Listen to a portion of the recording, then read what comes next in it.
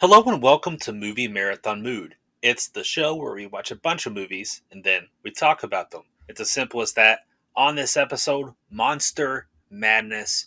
We're leading up to the big event, the main event, Godzilla vs. King Kong, with a look at the three films that directly preceded in terms of a series. We're talking 2014's Godzilla, Kong Skull Island, and Godzilla King of the Monsters. It's all right here on Movie Marathon Mood. Stick around.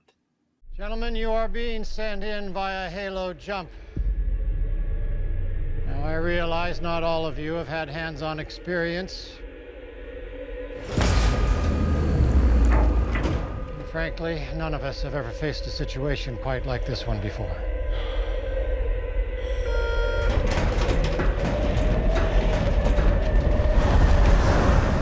But I would not be asking any one of you to take this leap if I did not have complete faith in your ability to succeed.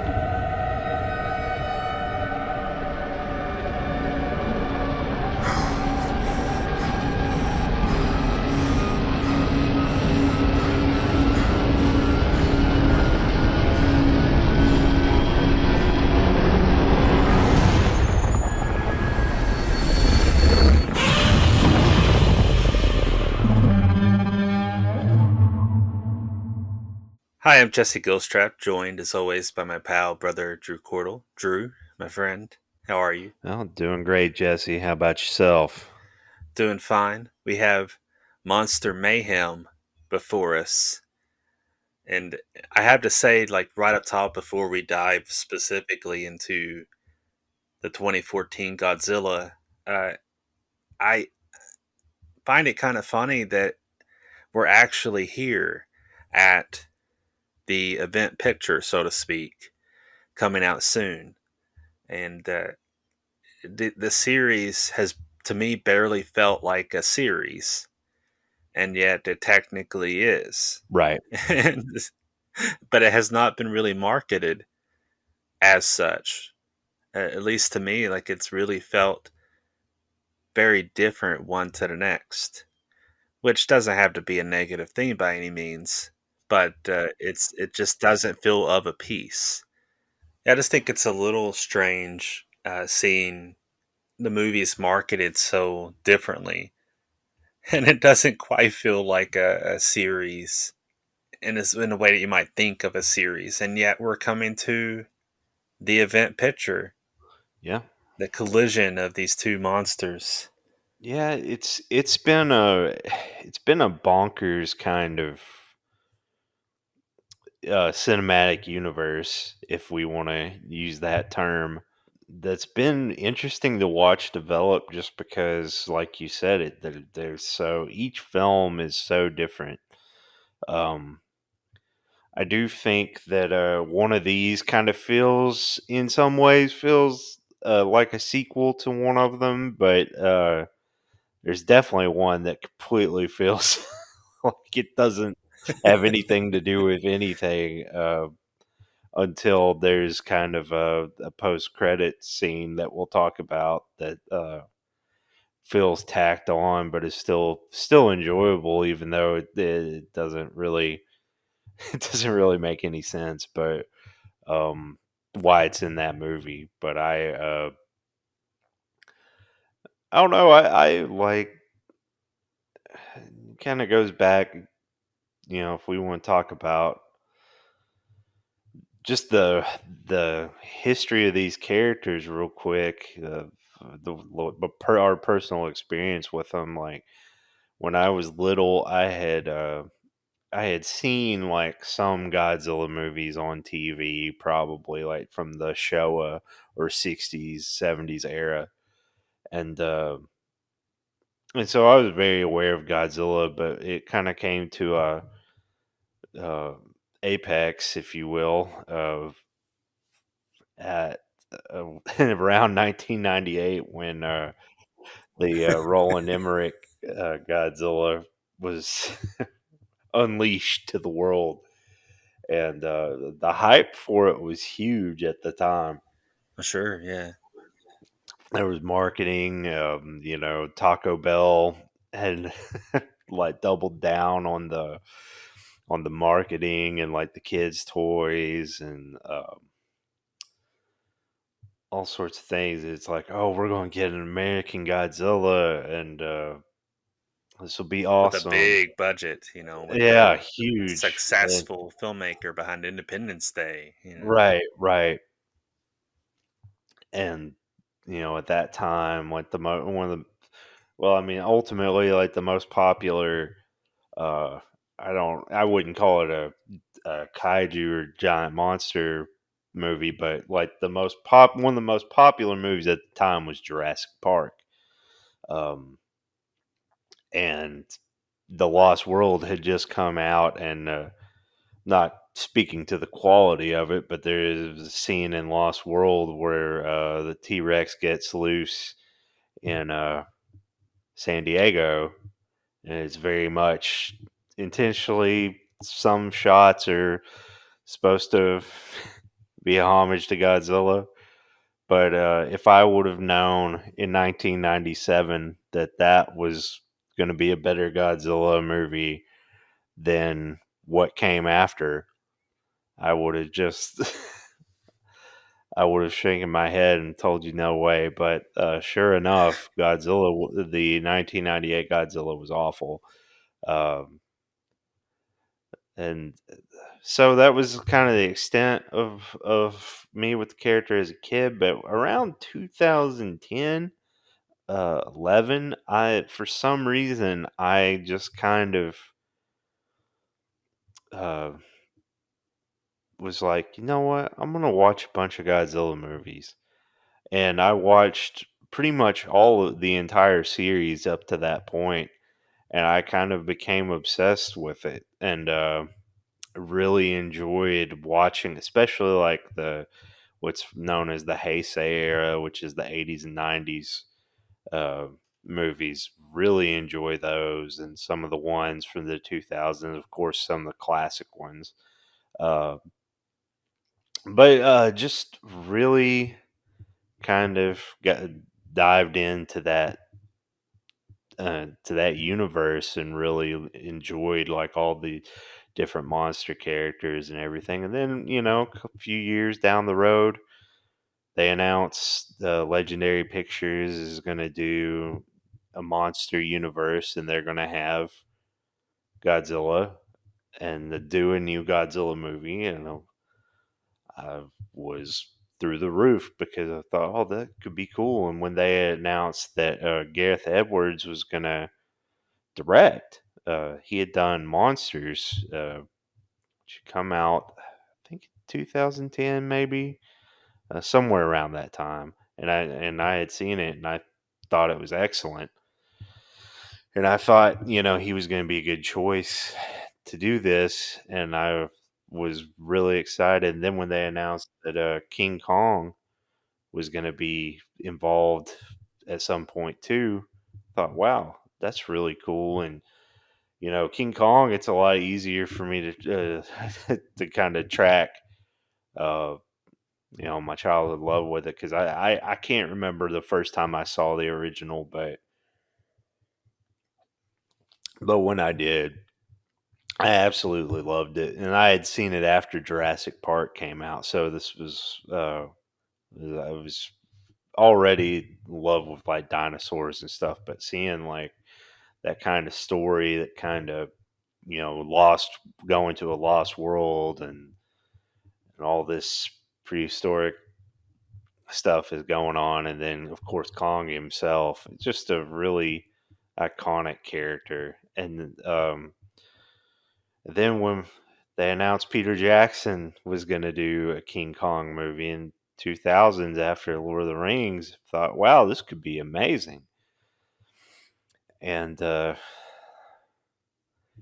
well, it's one of the only movies I've fallen asleep in a theater in, and it was only like 20 minutes into it. I and I don't think I've watched it all the way through since I saw it in theaters. So I will I have it on Blu-ray. I haven't watched it again. But I there's a lot to be said. That one, maybe someday we'll talk about it. Hopefully not, but maybe we will. Maybe I'll just watch it again on Well, my that could be a own. movie But marathon unto its own, right? Just one movie. yeah, it would take 2 episodes just to talk about it. So, but I don't know. Uh, I think that it was high time to kind of get a refresh on both of these characters in some ways. Do something different with them. And I was generally excited about this, and we'll talk about it as we get through each one. But um, my excitement varied um, when these came out, as as far as living up to the hype or whatever. But um, in general, I've been uh, just kind of pleased that these monsters are kind of back on the cinematic map, because as soon as Godzilla, after the first one was released, Toho, the Japanese studio that made the original Godzilla movies, they started making Godzilla movies again. They made Shin Godzilla in 2016, and I think it's probably one of the best Godzilla movies ever made. So, if anything, the legendary relaunch has at least, you know, sparked all kinds of fires when it comes to these characters, and it's been interesting to be a fan and see it going on. As far as my relationship with the characters, Godzilla has not, like, obviously I know about it and I've seen a few of them and have different relationships of what I've seen. Some are excellent, some are 1998's Godzilla, but Yeah, it's something that I'm definitely not antagonistic toward, right, but it's not something that inherently has gotten me excited either. And really, it just has to do with how little I've seen of that series. So I don't have that same connection that you do, even though the Criterion Godzilla set looks beautiful and it's definitely enticed me to wanting to watch that whole series. Um, it would be quite an investment, I guess, to buy a box collection of movies that you don't know a whole lot about entirely as far as what you feel about them. But I see that set and I'm like, wow, right, I need to watch all of these just because the collection looks so beautiful. The perils of being a collector sometimes. right, That just looks really nice. But definitely what I do like of Godzilla works really well, and I like the concept of it at its core, at its best. King Kong, on the other hand, I've already been a big fan of. The original 1930s film is one of the best adventure films ever made. It's incredible, and I've seen other Kong stuff over time, and I just really vibe with that a whole lot. And the Peter Jackson one is definitely an oddity, going specifically to that one, because it's just like, oh, let's take this really tight, perfect adventure movie and blow it up and extend it and drag everything out beyond its capacity. And I don't really understand a lot of the decisions made on that. Even if there are little details that they're clearly having a fun time with, it's otherwise just bizarre uh, to drag it out when it's at its core. It was a tight, fun adventure title. I don't know why you would need more and more and more. right. Uh, More is not always better in a certain manner of speaking, at the very least. But let's go ahead and jump straight into 2014's Godzilla, which I had never seen until last week watching for this episode. It's weird because I wasn't wholly opposed to watching it before now. you know, I thought maybe I'll check it out sometime, Right. and I just didn't pique my interest too hard to see it when it was in theaters, and heard enough mixed reactions that I just kind of stayed away. Yeah. And then eventually I actually bought the movie when it was really cheap. And it's like, yeah, maybe I'll check that out sometime. And it just sat there. So now here we are 7 years later, and I've finally seen the movie. And I have to admit, uh, like you, I really liked Monsters. That was a good movie. Um, Enjoyable, well made movie, low budget, cleverly done. Right. Some gorgeous use of monsters throughout. Visual effects are terrific, but also just kind of fun to watch. Yeah. And I was intrigued at what would this guy do with the big budget and one of the key monsters in movie history.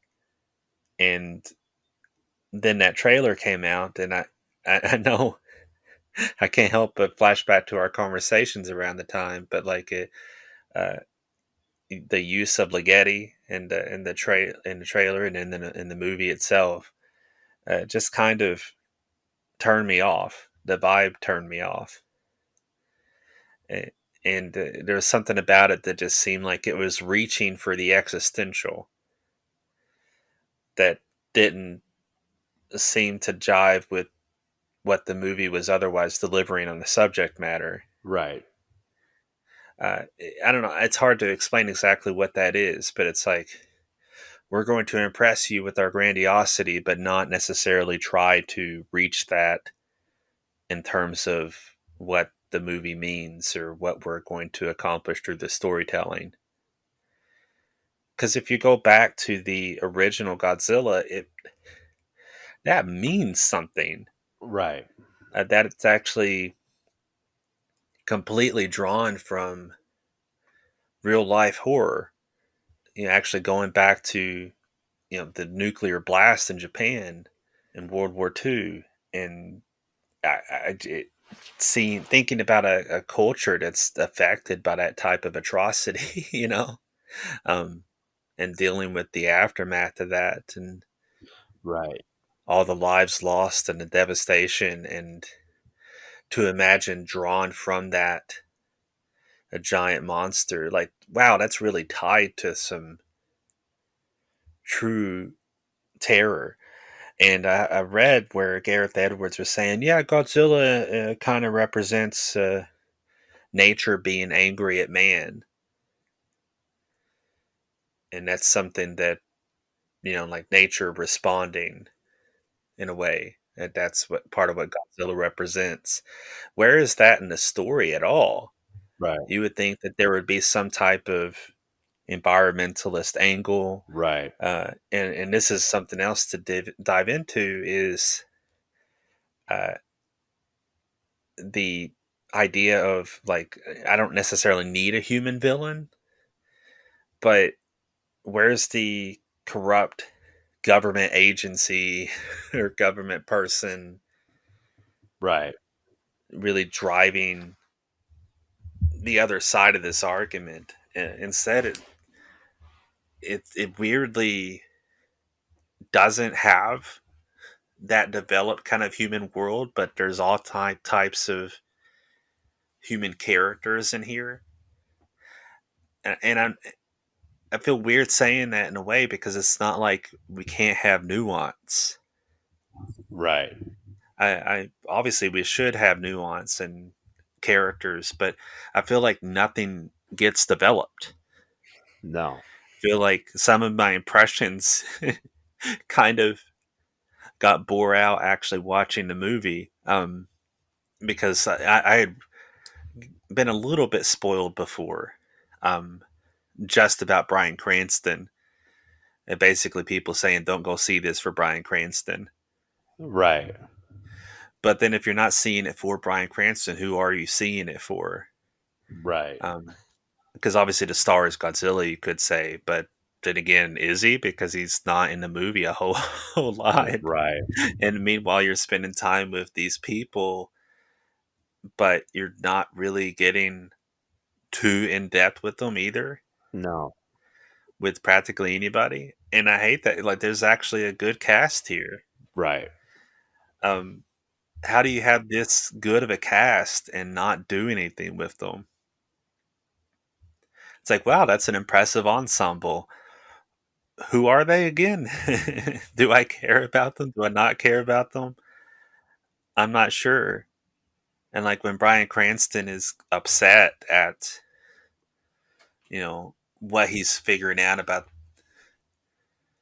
what's actually happening and the potential dangers of this agency, and then whenever he finally breaks in and sees that he was right, they're like, "Oh wow, this guy was actually right. How come we didn't have him in our fold this entire time?"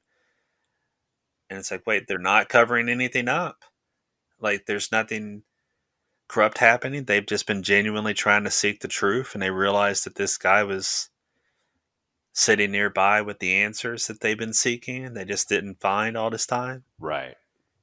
That's really weird. Yeah.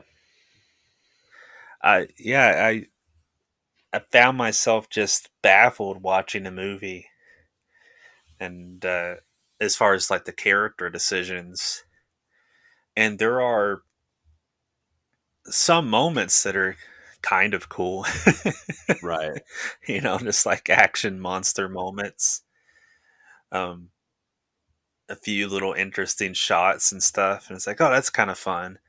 But then very little of it gains traction, and none of it really registers as a story that connects or makes a lot of sense. You don't get any time to get a sense of these characters and their emotional journey, basically. At least that's been my feeling on it, even though I found myself more interested in little things like, oh, hey, look, it's Quicksilver and Scarlet Witch. Yeah. Um, Right. and as we're recording this, like WandaVision just wrapped up and on Disney Plus. Um, not bringing back Aaron Taylor Johnson, but nonetheless, like just thinking about that character, those they're going to play brother and sister soon. They're playing husband and wife, I guess, in this movie. Right. But do we really get a sense of their relationship? Not really. No. Elizabeth Olsen and Aaron Taylor Johnson, uh, both actors that could be capable of doing more, but they mostly don't. Yeah, this was I hate to say it, like, is kind of a mixed bag of a movie. It's hard to drum up a lot of feelings about it because it's just felt so blah uh, and tractionless to me. Yeah, I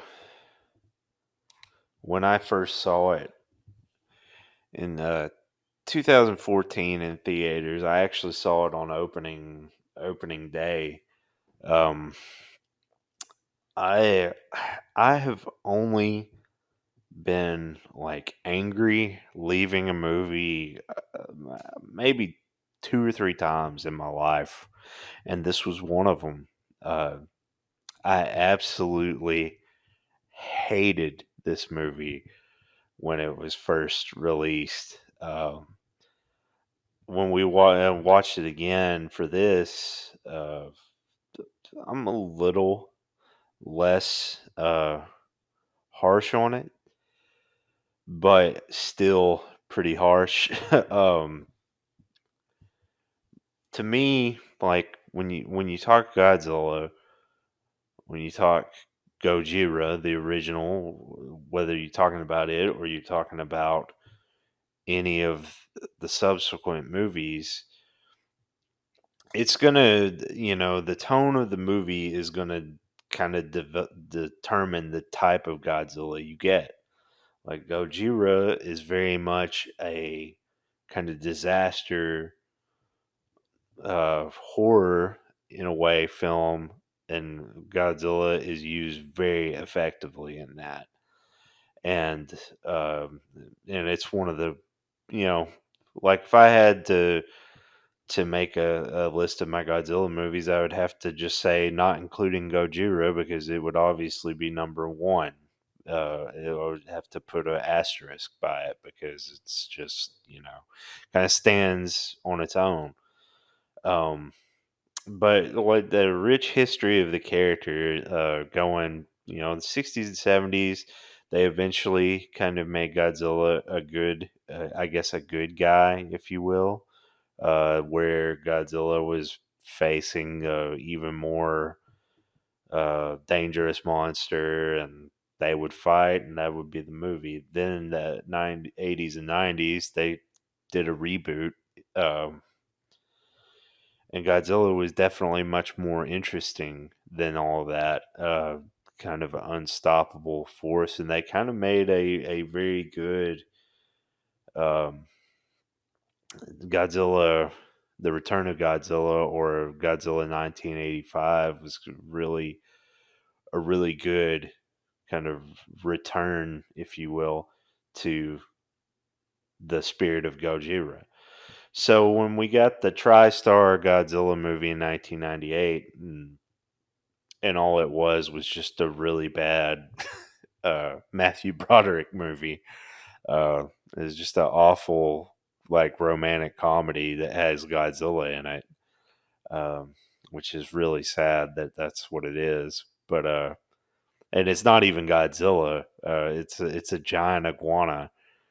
Um, uh, but like not to the scale of what Godzilla. And that's kind of the big thing. Like Godzilla is huge, and and to get that down, you have to really have him towering above, skyscrapers and monuments and all sorts of things to really kind of give off that impression. So I was excited to see what kind of a, I don't, like just a more realistic approach, I guess, if you can use that term, but like kind of see what it would be like. And the trailers, like I didn't mind the music as much, uh, but like it did give off a sense that they were going to do something that they obviously didn't do.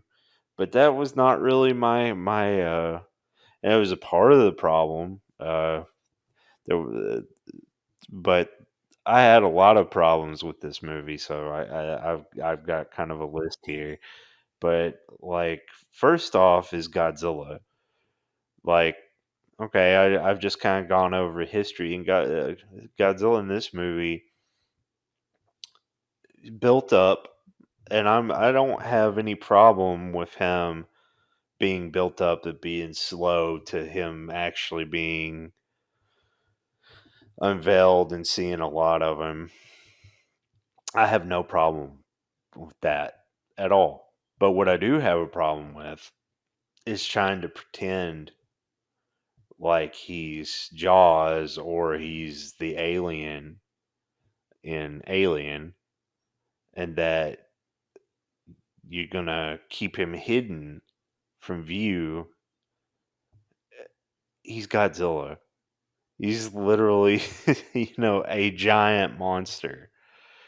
And to play like those kind of games with that, it just doesn't really compute. And like I had a couple of friends actually be like, "Oh, it's like Jaws." Like Jaws is a shark. Yeah. Underwater, you're not going to see the shark out that much. Like it makes sense. But that's part of the terror is that you see the ocean and you don't Right, like, oh, it looks safe, it looks fun, it looks like some place I'd like to be, but I don't expect to be like, oh, I could be bitten by a shark, right, danger you don't see. exactly. But the Godzilla, it's like, okay, I get the slow build up, but once we finally do start to see him, they start playing these games where we cut to, like, he immediately shows up. We get a full shot of him, and I love the design. I do. I really, that was one thing I wanted to say is I do like the look of this Godzilla. It's kind of terrifying, pretty awesome, a lot better than the '98 Godzilla, of course. But that aside, it's like, okay, you cut to camera, or you cut to news feed once you finally see him, and they don't do this one time; they do it multiple times. And after a certain point, it's like, what is the point? And there, you talked about the human characters, the Brody family. Like, okay, a lot of people are like, well, Bryan Cranston's amazing, and after he's gone, well, I don't disagree that Bryan Cranston is the best, has the best performance in this movie. But again, there's really not much to his character either. He's got more of a story than most of the other characters, but that doesn't mean he has a great story.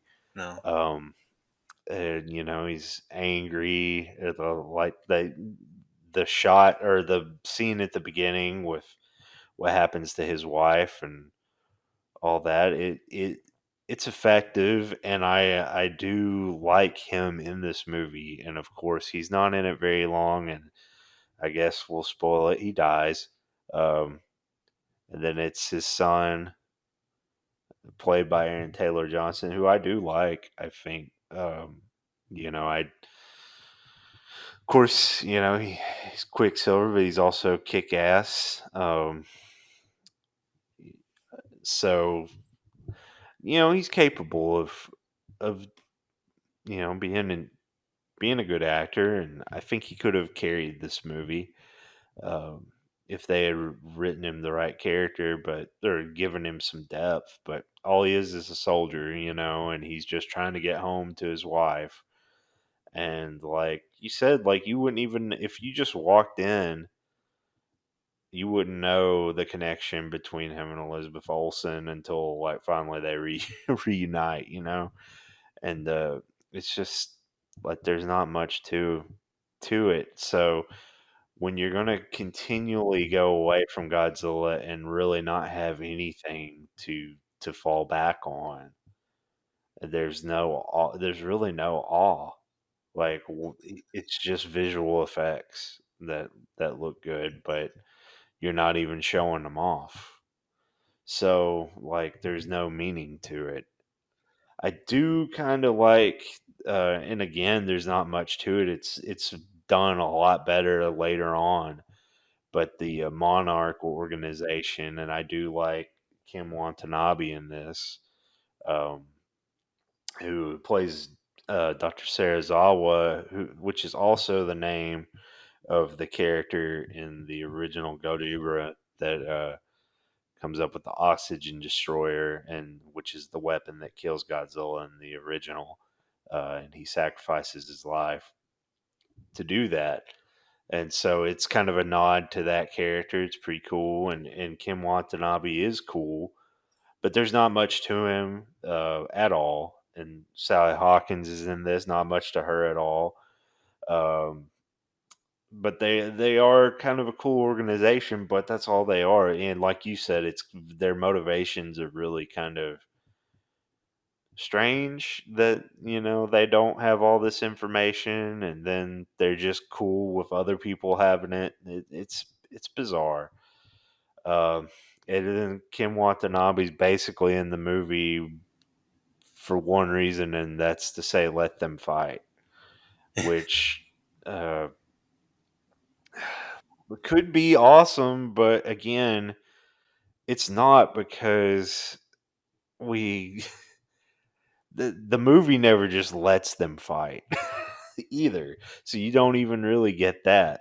It's just a bizarre. It is such a bizarre mixed bag, and The other thing is the mutos or the mutos, which are the other creatures in this movie, and I kind of I kind of like that they decided to have another monster in it, but again, it didn't really add up to anything other than to have Godzilla kind of portrayed as the good guy in this. I think they're a little generic looking. It's kind of like everything, a lot of these, a lot of like anything that's had to, anything to do with giant monsters since 2008, 9, everything looks like Cloverfield. The monster in Cloverfield. And like it doesn't look exactly, but you can kind of like it's kind of generic Cloverfieldish.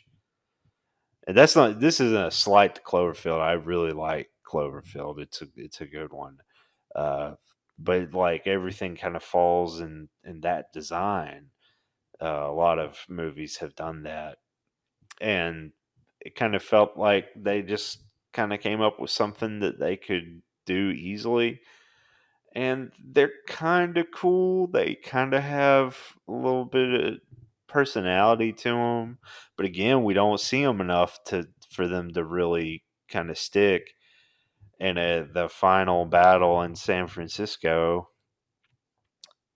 is shrouded in clouds of debris for the most part. So it's at night, and then you can't see anything anyway because there's just debris everywhere. And the few brief, like you said, there are cool little things here and there. Like, is it cool when Godzilla holds the jaw open of a Muto and shoots the atomic breath down through its mouth? Yes, that's pretty cool.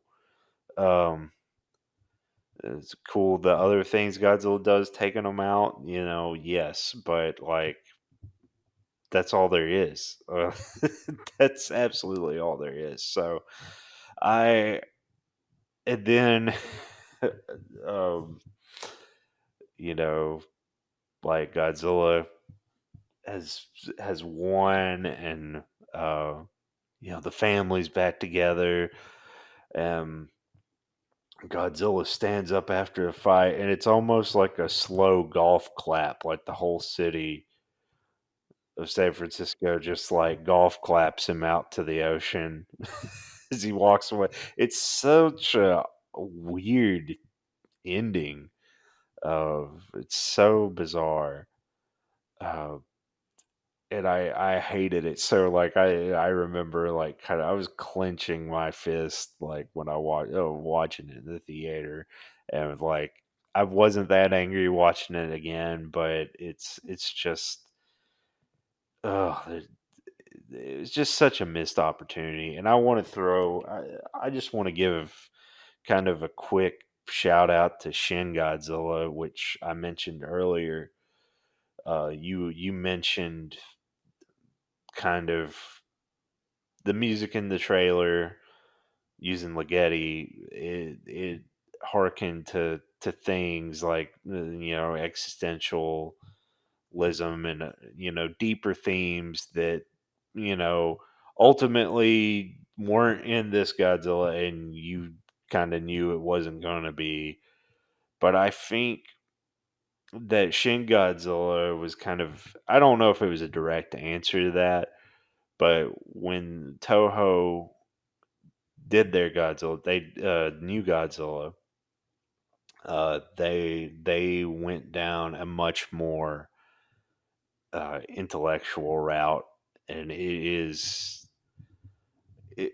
it's one of the best Godzilla movies, and I definitely think it's like the only one that comes close to Gojira in terms of quality, and it's absolutely fantastic, and I recommend anyone, if you just you don't have to see this Godzilla if you haven't seen it. You don't have to see 2014. Watch Shin Godzilla instead, because it's a much better um, attempt at doing what this movie wanted to do, but didn't really try to. But it's a much better film all around, and it's got some like scathing political commentary as far as like the um, at the time it was kind of a response to Japan's response to Fukushima disaster and how incompetent the government was in that. And now all of a sudden, we live in a COVID world, and the same criticisms apply to the way that COVID was handled in America, and the way that they handled the Godzilla crisis. And I definitely recommend that movie. It's very good. But now that we're talking about 2014 again, no, I don't recommend this one. I give it a C minus, which is better than what I was gonna give it, which I was gonna give it F. But like I was probably gonna give it an F, like if I had not watched it again. But there is a little. I'm not going to say nuance, but there are some little things. There is some quality to it, I suppose. But like again, it's just such a disappointment and a missed opportunity because really none of it amounts to anything. Uh, like the characters don't mean anything. Godzilla, I mean, it's just to say, well, Godzilla's here, and yeah, I guess he is. I couldn't really see him, but yeah, he's here. Okay, the point made, but that's a C minus for me. Yeah, I definitely don't want to come off too much like oh, I knew what this movie was going to be before I saw it. Like I was curious, but it just yeah, it was one of those things that wasn't completely in my wheelhouse, and then the vibe just didn't work for me. What it seemed like it was getting across just felt off, so it just made me hesitate to even check it out. Now that I have, I'd give it a solid C. I feel like it's like right in the middle of the road. Like I don't know if I'd call it. It's definitely not good, but I also don't know that I'd call it bad. It's just kind of like, eh, Yeah, okay. It and doesn't sometimes do that anything.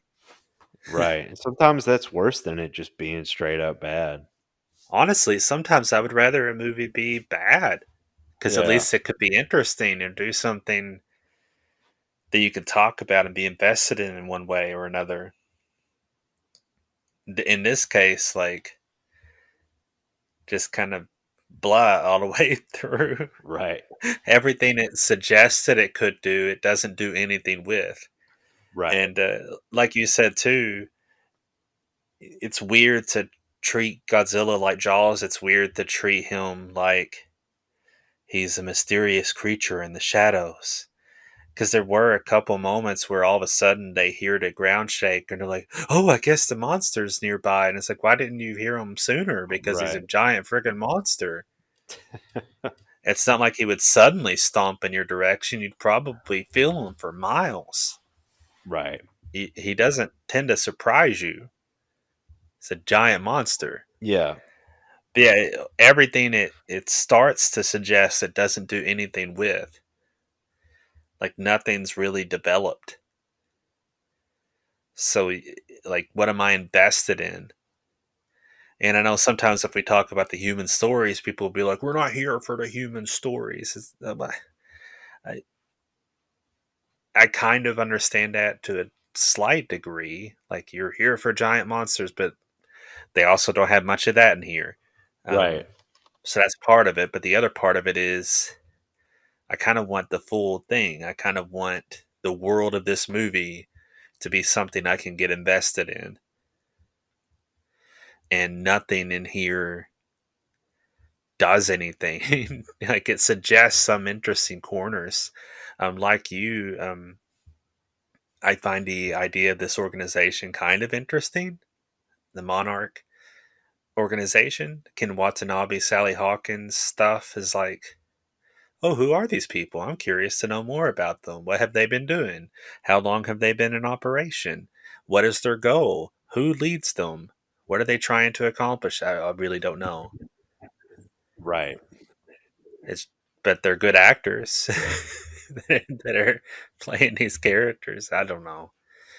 What a missed opportunity, and at the same time, it's the start of a franchise, Right. and it was successful at the box office. It was a successful movie. I don't know that it left a cultural mark, um, but it did find success, and the follow up to it, technically speaking, the Kong Skull Island was also a successful movie at the box office. Uh, and what a sharp turn that is. An uncharted island. Let me list all the ways you're gonna die. Rain, heat, disease-carrying flies, and we haven't started on the things that want to eat you alive. We'll double that. Plus a bonus if we make it back. If?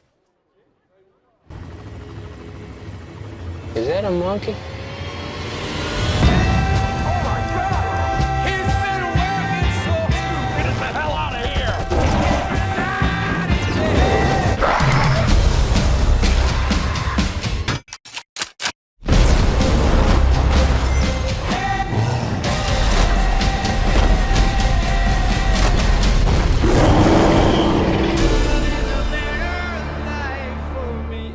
I will say that Kong Skull Island and also the next movie we're going to talk about, I saw both of them in IMAX. I actually did bother to jump and check those out Right. in the theaters. They looked more interesting to me, and um, sticking where we are in the scope of this episode for now, I really enjoyed Kong a great deal. It was a big blast, honestly, watching Yeah. the movie. I know people, and this isn't unfair to say that it's like an Apocalypse Now vibe. It's obviously nothing like Apocalypse Now. Right. Right. It's purely about the era and some of the style, but it's a lot more energetic. It's definitely a high octane kind of movie. Yeah, it's so much fun. Like I have a blast watching this movie, and it's a good looking movie too. The cinematographer is Larry Fong, who Yeah. has done a lot of stuff that I love. Um, and I will say that maybe the strangest thing to me in this entire movie is something that seems to be referencing another movie Larry Fong shot, which was 300. There's that shot where Tom Hiddleston's like, "Give me the sword," and then he starts like doing a 300 slicing of monsters. Uh, and I don't really know why we had that shot. It feels out of place to me, Right. and at the same time, it's so ridiculous that I still get entertained by it. And I think that's kind of a lot of this movie for me. It's so crazy and fun that even the parts that I don't care for, it moves so quickly that I kind of just get a kick out of it. And one of my biggest criticisms, honestly, just comes to, for instance, Sam Jackson and John Goodman, and part of me wants to see even more of them facing off against each other. And some of my favorite parts of the movie aren't even just the big monster fights and crazy action. It's seeing these characters face off against each other. And I don't know if the story does enough with that. This definitely could be an even better movie. I feel like I can see the edges of it where it could be even greater, and it just kind of hops and skips along instead of really developing those corners of the world where it could be even better, even more interesting. For instance, like John C. Riley's character in this movie is insane, and I think they just let him riff Yeah. a lot, which is hilarious. Like when he says, "Was it mosquitoes?" It's like, yeah, it sounds like birds, but those are fucking mosquitoes. Right. That line cracks me up. But then the end credits ends with him returning home, and it's somber and treated with seriousness. And I'm like, are we supposed to care about this guy in a deeper way? Because you kind of didn't allow me to have that space in the movie itself. Yeah. Not that he was a bad character, but it definitely never felt like I was supposed to be truly emotionally invested in these people either, in a way where it deserves to be somber. But yeah, it's quite a ride of a movie, to say the very least. I will say this before I pass it on to you and go even further into this, but when I first saw this movie, I actually saw it with one of those movies where nobody was free at the time that I could see it, so I saw it by myself, Yeah. and I was like, I want somebody to talk to about this, and then I saw on Facebook a friend of mine who had he loves giant monster things. I don't know anybody that loves giant monster stuff more than him. He's beyond invested in it, like it's his lifeblood kind of thing. Yeah. And he had seen this movie, and he was so over the moon about it. But point is, like when I saw him post about having seen it and having a good time, I thought, cool, somebody to talk to about this, and I jumped on. Really, just wanted to have a conversation, not remotely wanted to rain on anybody's parade. Right. And I was basically expressing what I just expressed, which was I had a really fun time. What a good ride. And then I had just a couple little things that I'd knock it back on, but otherwise I had a really fun time. So I definitely don't think I was being an antagonist, even slightly. Right. And everybody ignored me and behind, like without mentioning me by name, mocking the idea of anybody criticizing this movie at all. And I thought, don't understand what's happening. I guess they're treating me like a villain for having even the slightest of criticisms. And I've never understood that mentality when it comes to a movie. I feel like you might have a problem if you can't hear anybody say something negative about something you love. Uh, when it comes to like subjective opinions and movies and art, like you kind of have to be able to appreciate some nuance and conversations and the way people might approach it. Uh, that being said, I don't think there's on this program so far there's not been anything that we've disagreed too harshly on Right. so far. We'll come to something eventually, I'm sure. There's a few things that we've talked about doing that I know we have further disagreements on, and it'll be good to have those conversations where we disagree even more. Right.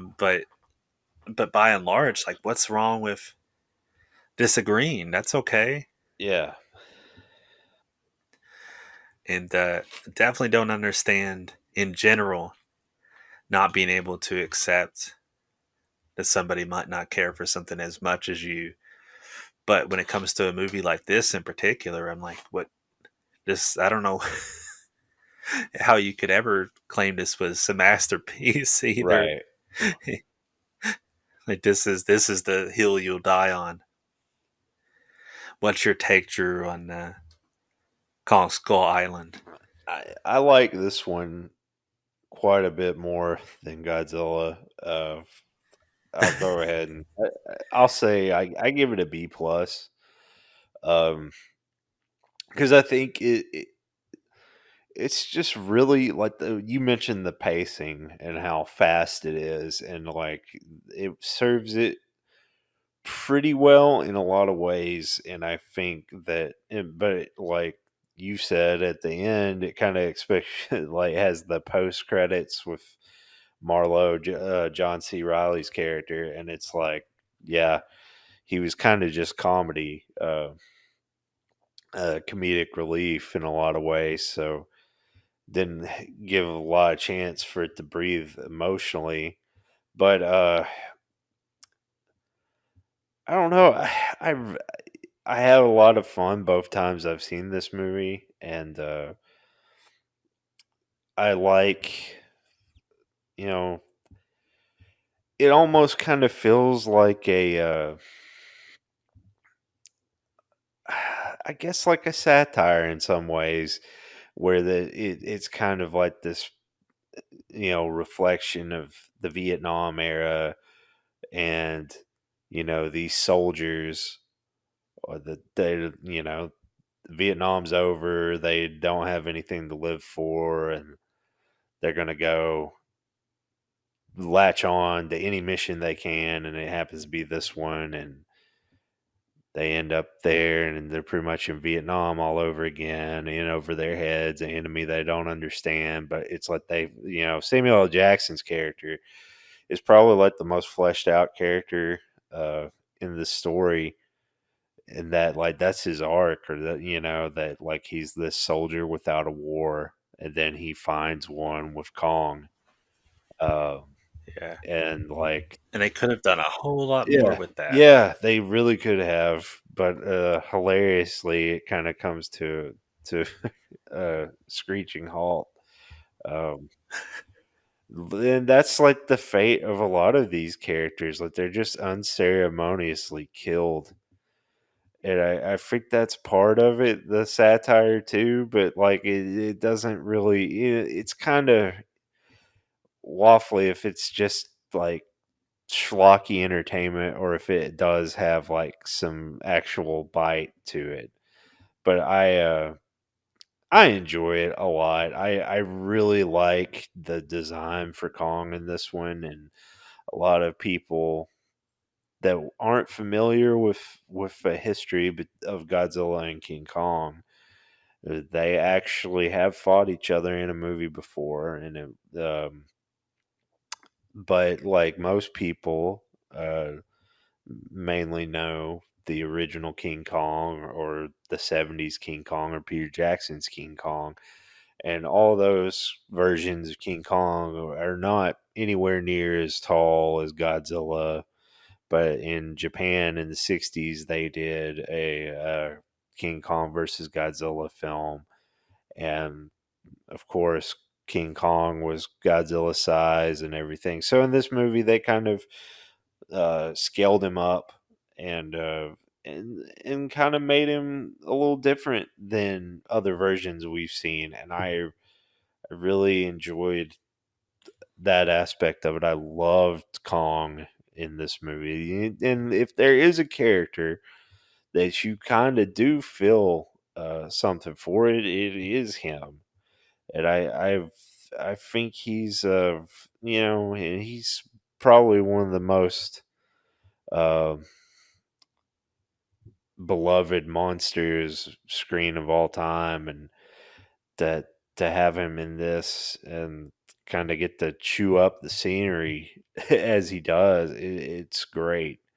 The helicopter sequence is probably the best part of this movie, where they come through, they're coming to the island, and they're dropping the bombs, and then he comes out of nowhere, um, and just starts taking out the choppers. And it's such a great introduction to him, just amazing. And it, like, everything goes to chaos. I'm not putting it quality wise anywhere near here, but it's kind of like, in Aliens, when you've got the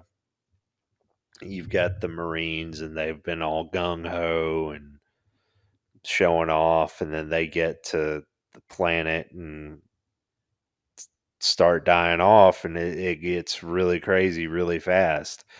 And again, like not as good as that, but like it's kind of like that here. Like things get really insane really quick, and then they just kind of get more insane. There's a Skull Island, so there's all kinds of creatures everywhere. And I agree with you. Like, I wish there was more to these characters because honestly, like, Goodman's character, like, he has a little bit, we see him at the beginning, kind of getting this all together, like, one last chance to go and find proof of a giant monster, in this case, King Kong, and all this going on, and then of course Samuel L. Jackson, but all these other characters don't really have much to them other than John C. Riley. I just want to talk about, at the beginning, his character, um, we see his plane crash. It's a cool opening sequence. I really enjoyed the beginning of this movie, but I mean, outside of those three characters, Tom Hiddleston is just just some kind of rogue. Brie Larson is just eye candy journalist. Uh, then you have like Toby Kebbell, who's just a great actor, and he's playing like this kind of country boy. They could build up that he's gonna make it, and then he just immediately gets eaten.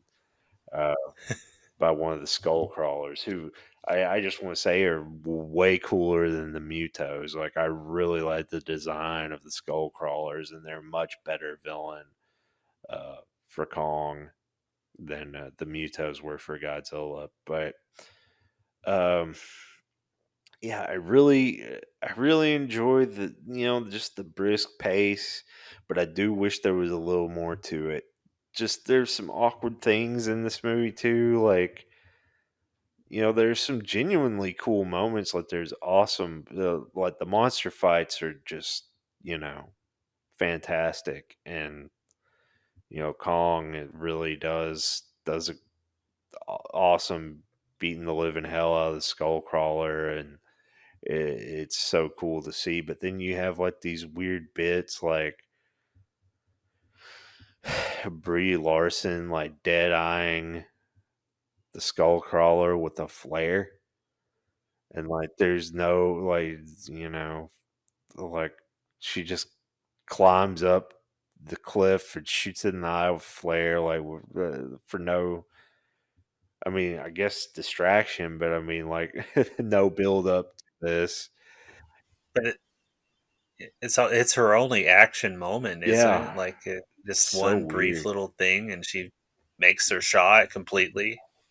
Yeah, and then the boat, like when they come up on the boat, and Corey Hawkins is just like going, he's like screaming, shooting the machine gun.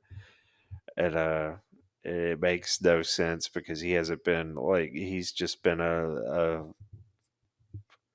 one note character the whole movie. And then all of a sudden, like, he's screaming like, ah, while he's shooting the skull crawler. Like, okay, it's so weird.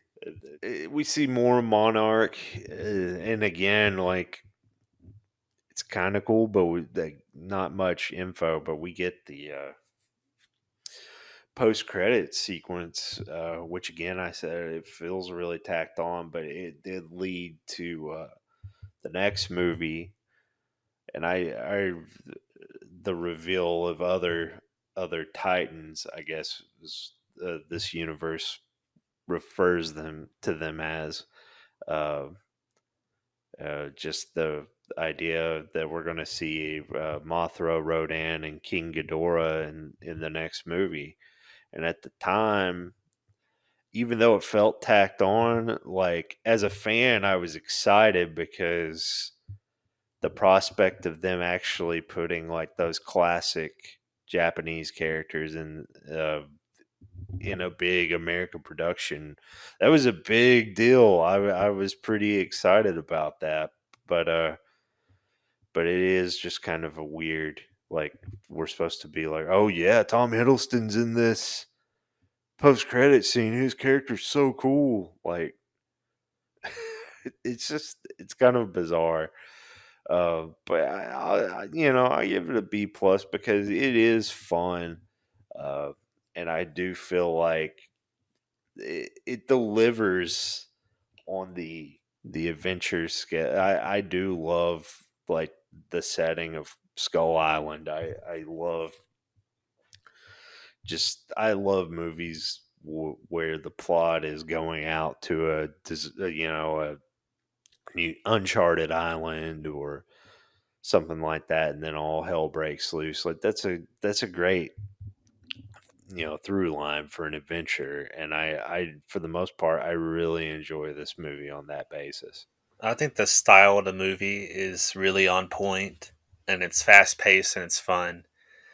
And ultimately, like if you're directly comparing to 2014's Godzilla, the monster stuff is way, way better, just in terms of its development and actually getting to see stuff and Yeah, it feeling like it's a part of things. But the actual world of the movie and the characters is treated just a little too hastily. And yeah, I definitely agree with you on Tom Hiddleston and Brie Larson. I like both of them and plenty of other things. right, But in this movie, I don't know what we're supposed to think of them.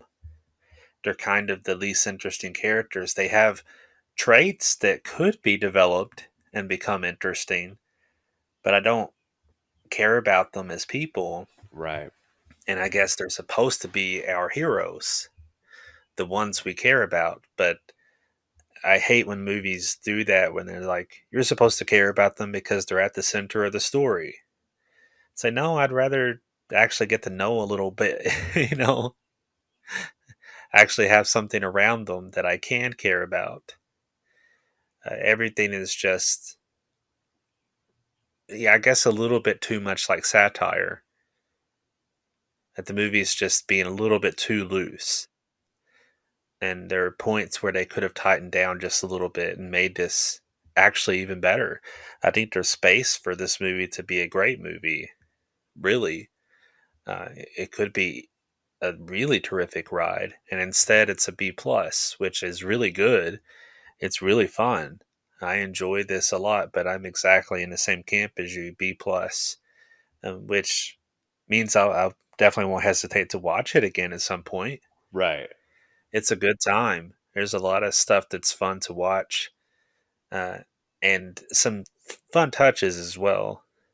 Like the Nixon bobblehead and so on. Like yeah, there's enough detail in this movie that makes it feel like it's part of a world, that makes it fun to watch. But be nice if there was just a little bit more to it. And there are little moments where it feels like they want you to be invested. right, And I think the single strangest thing is that end credit scene. I just really don't understand. Like, wait, we're supposed to be emotionally invested in John C. Riley? right, We don't see anybody else do anything. Like, I don't quite understand it. Um, but speaking of that post credit tag that weirdly connects us to the next movie, uh, that next movie, Godzilla King of the Monsters. What we are witnessing here is the return of Titans.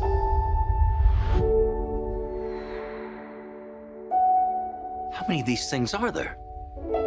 17 and counting. That's messed up.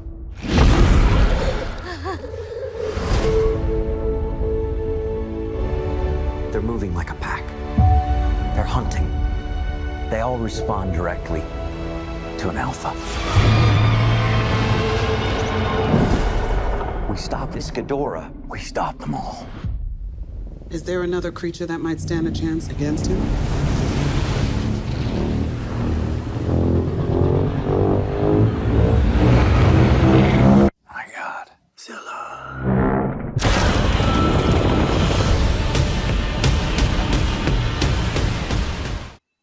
I'll let you take off with the your feelings on this next movie and how you think they did at bringing these characters to a big American production. Well, first off, we've talked about both of these movies, especially the 2014 Godzilla, like the characters, the human characters don't really have a lot of depth. We don't really know a lot about Monarch. We don't really have like a corrupt human character that's kind of bringing things along. All those kind of criticisms we've had are addressed in this movie. And I'm not saying what's in this movie is like the greatest story or anything of all time. But I think it's definitely what had been missing. And, we've got uh, another great ensemble, of course, but they actually, have something to do and they have a part to play in this story and the Russell family. And, we kind of reframe the 2014 Godzilla and see that it resulted in the death of the Russell's son and it divides the parents. And, Kyle Chandler's character is very, great actor. I love Kyle Chandler, and he's really good in this. Like I like him as kind of he rejects Godzilla, he hates him, he blames everything that happened on Godzilla uh, for everything that's happened to the family. Then Vera Farmiga is completely different. Like she becomes obsessed with the Titans, as they're called, and she goes, searching for them, wants to unleash them and to save the planet. And it's kind of got that environmentalist, take that you were talking about, it missing. And uh, Charles Dance kind of plays an eco terrorist, and there's not much to him, but it's kind of cool. There's enough to him where he has a presence. And of course, it's Charles Dance. So he's going to have some screen presence. Uh, but he does really good. And of course, Millie Bobby Brown plays their daughter. And she's really good and kind of keeps the through line. So there is a little bit of depth to work with here. And there are connections between the human characters and the monsters. And I think that's the big thing that was missing in a lot of these movies, that there's some kind of connection to make, instead of just being there for the action, like there is some kind of investment. And I think it pays off. And we see a lot more Monarch. Of course, they play a much bigger role, and we see more characters involved here. And Kim Watanabe has a lot more to do and has a lot more that he does in the action sense. And overall, like the those characters, it is huge improvement. But the biggest improvement over the 2014 Godzilla is, of course, the monsters. And I was hesitant, to be too excited, because I was like, well, they just kept in, you know, but Michael Dougherty directed this, and he's a huge monster film fan. And between Trick or Treat and Krampus, he's got some little gems up his sleeve. So I thought maybe just he'll be the one to pull it off. And absolutely, like, not only is Godzilla much better in this film, we see him a lot, but like he's given presence, like real screen presence. And the the Titans, as they're called in this, they they are like gods. They are treated like gods, and it shows. And I think all of them are done so well. I really like Mothra. And Bear McCreary did the score for this. And this is the first time that an American film has used the original Godzilla score, which is just one of the greatest scores ever, um, or like the theme. But also they used Mothra's theme as well. So that was really cool that they were able to use those Japanese themes, and I think it really helped this one stand out and have a feel to it. And I think, and I you can correct me if I'm wrong when you talk about it, but I feel like using those themes, it would be cool, or it's obviously going to hit the heart of some certain fans that are like, oh yeah, they're using the music. That's great.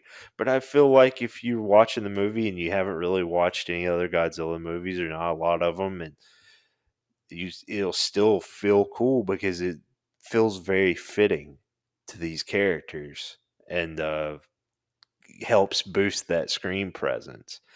And Rodan, I particularly loved Rodan in this, and I love uh, just the destructive force of his wind when he's flying over Mexico City. It's very cool, and they give them all personality too. Like Rodan is just kind of like a star scream in this. Just his loyalties change multiple times.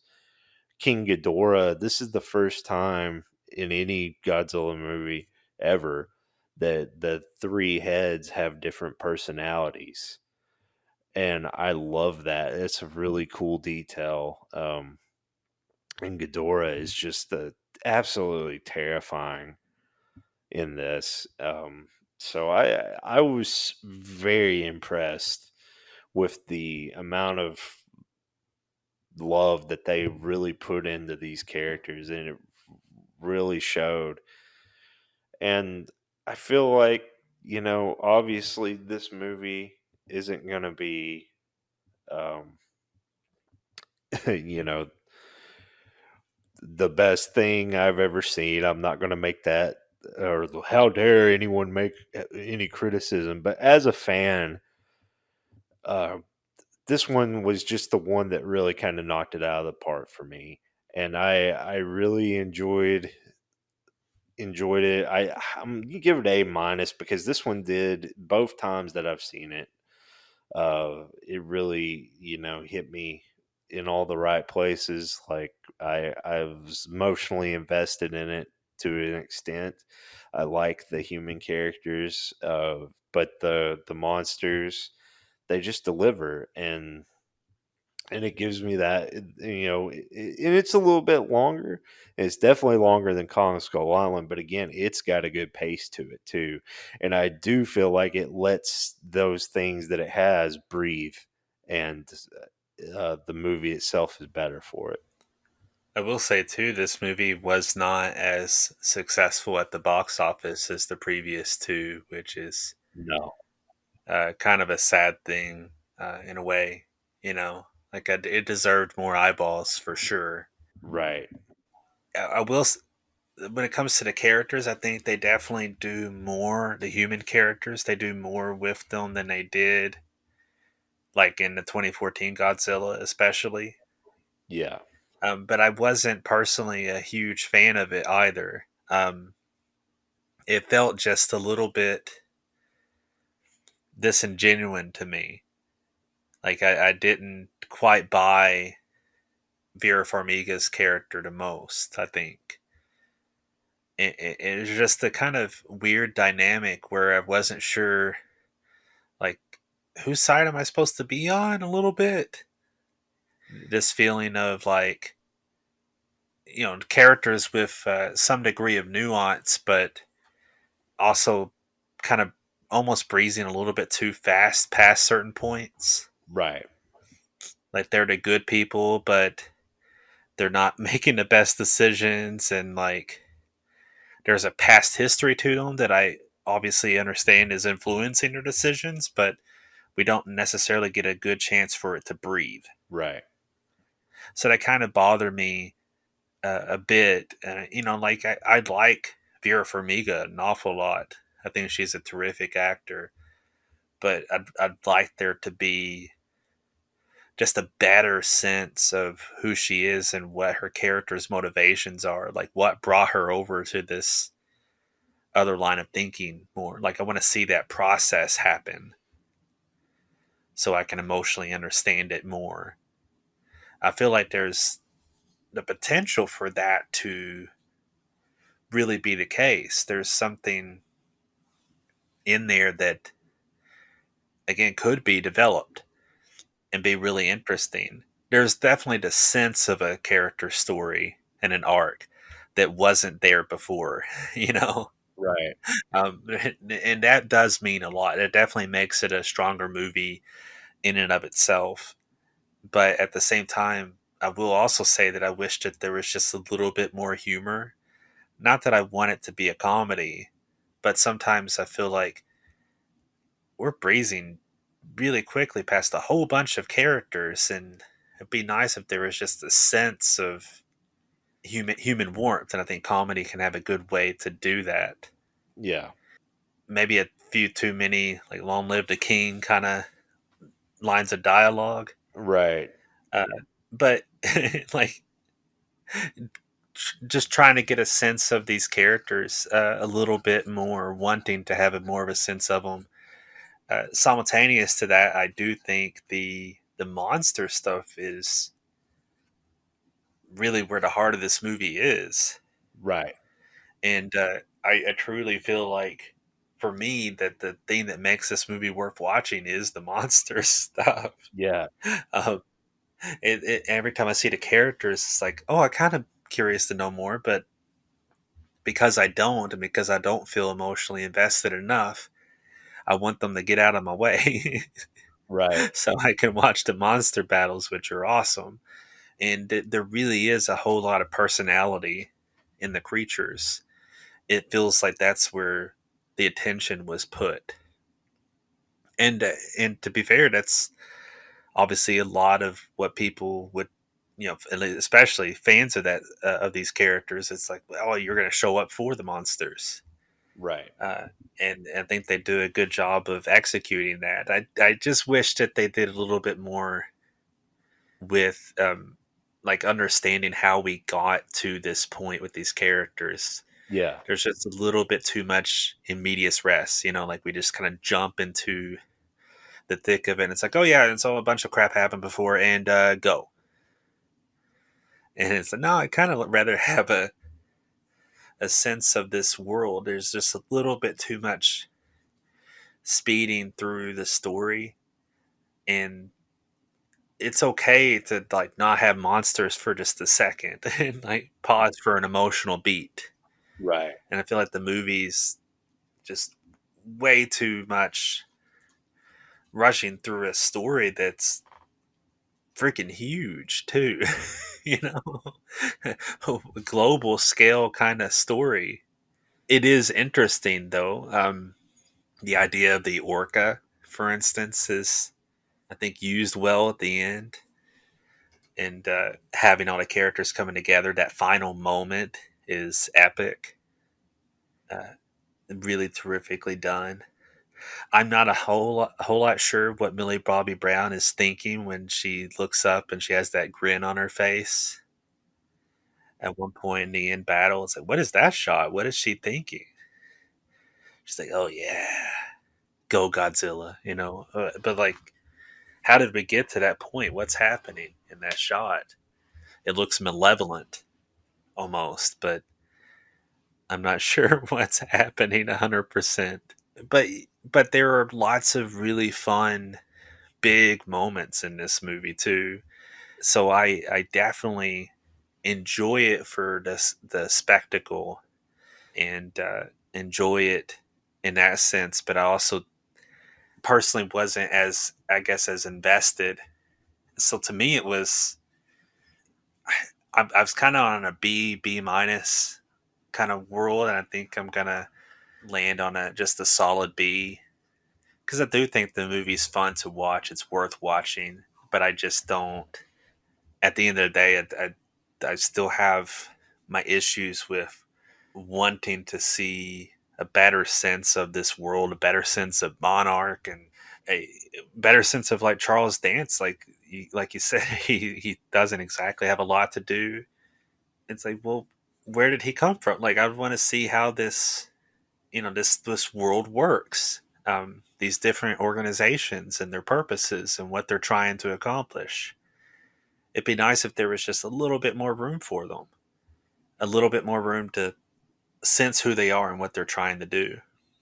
But it is a fun movie, uh, for sure, and I think that there's enough there that I'm definitely curious what's going to happen here shortly when we get to the versus film.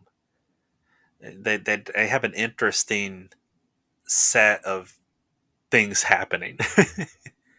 Enough that's interesting that I'm curious what they're going to do with it to bring these titans together in Godzilla versus King Kong.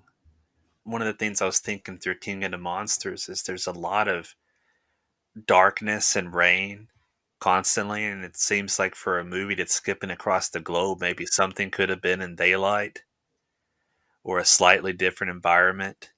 That's one criticism I had. Pacific Rim um, had a lot of nighttime and rain and stuff, but it had style that distinguished between these sequences a lot more. So King of the Monsters, that's one thing too. The style points are a little bit low for me in terms of distinguishing between all these different fights and places in the world that were supposed to be. There could have been a little bit more from that production side of things. Just something else to cross my mind, and hopefully we'll get even more of a sense of that in this new versus film. And the trailers definitely look like it has some interesting style to it, so I guess we'll see. Gods and Kings. But yeah, it's been fun talking about this Clash of Monsters with you, my friend. I return shortly enough and talk about this new theater slash HBO Max release as it comes out shortly. I'll see you then, but in the meantime, thanks everyone for tuning in here. See you next time on Movie Marathon Mood.